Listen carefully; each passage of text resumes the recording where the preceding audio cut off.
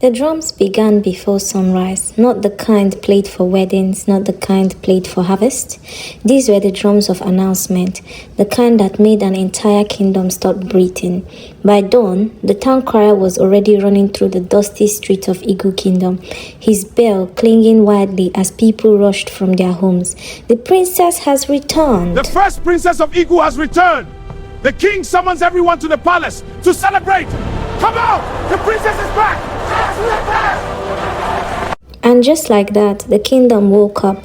Market stalls were abandoned, children stopped playing, even elders who hadn't left their homes in years stepped into the streets just to see if the impossible was true. Because to the people of Igu, Nadia was more than a lost daughter. She was a ghost, a story whispered for years in quiet corners, a child who disappeared after her mother died, a princess who was erased so completely. Most people had started believing she never existed at all, but now she was back, and the entire kingdom wanted to see her. Within hours, the palace transformed. The same palace that had shut its doors to its people now looked alive again. Massive pots of food boiled over open fires. Smoke curled into the sky. Dancers painted in white chalk moved to rhythm older than memory, and musicians pulled sound from instruments that had not been touched in years. To anyone watching, it looked like a celebration, but to Nadia, she knew better, because sometimes the most dangerous places are the ones smiling at you.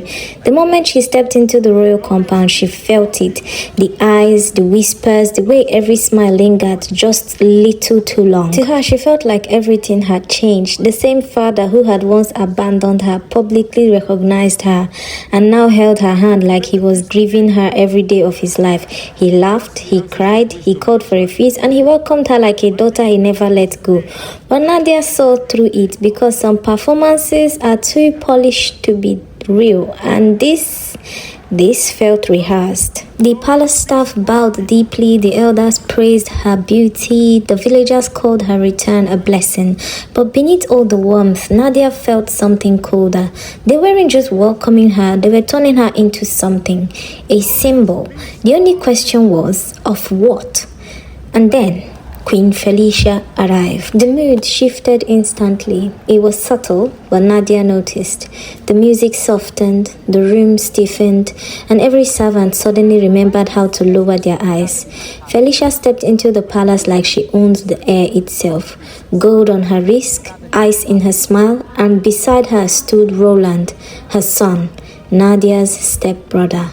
King Dennis smiled proudly. "My queen," he said, "look who has returned. Our long-lost daughter." Felicia smiled too, but her eyes said something very different. "It's good to see you," she said sweetly to Nadia.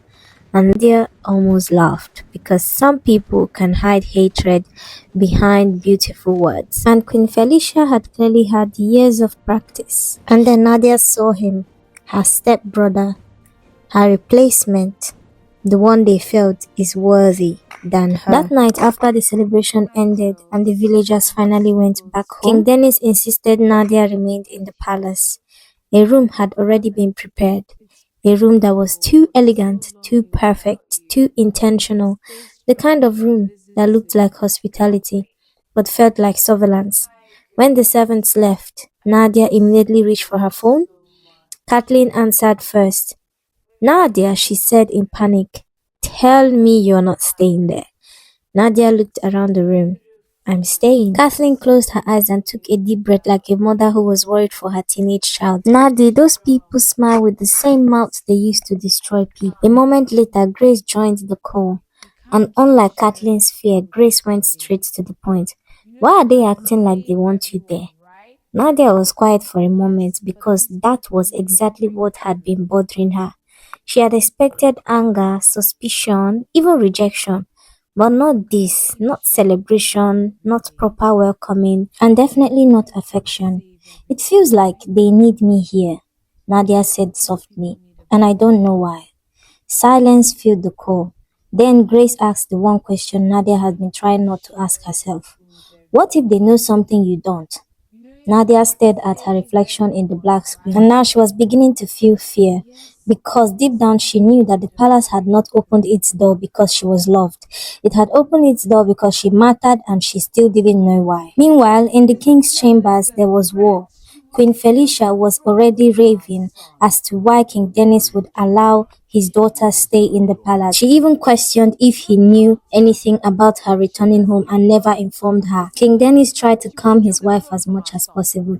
He of all people knew what she was referring to. And they never in their wild dreams expected Nadia to come back after almost 25 years of throwing her away. Days turned into weeks and Nadia began to see the real Igu kingdom. Not the polished palace version, not the performance, but the truth.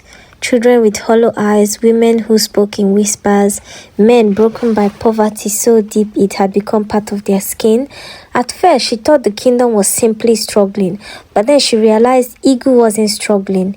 It was being drained, and the people responsible were living inside the palace. She saw it clearly the day a 10-year-old girl named Amara was humiliated in the market. The little girl was selling fruit to buy medicine for her sick mother. And Roland's friends, Paul, Famous, and Emmanuel, stole from her in broad daylight. They ate her fruit, mocked her tears, and threw a single coin at her feet, like she was nothing. Nadia watched everything, and when the matter reached the palace, King Dennis did what he always did. Nothing. Roland laughed, and her father stayed quiet, and justice died in front of everyone. That was the moment Nadia understood the truth. The kingdom wasn't broken by accident. It was broken by design. And that night, Nadia did not think. She just made her move. She didn't go back to her father. She went straight to the state police. 3 days later, Roland's friends were sitting behind bars.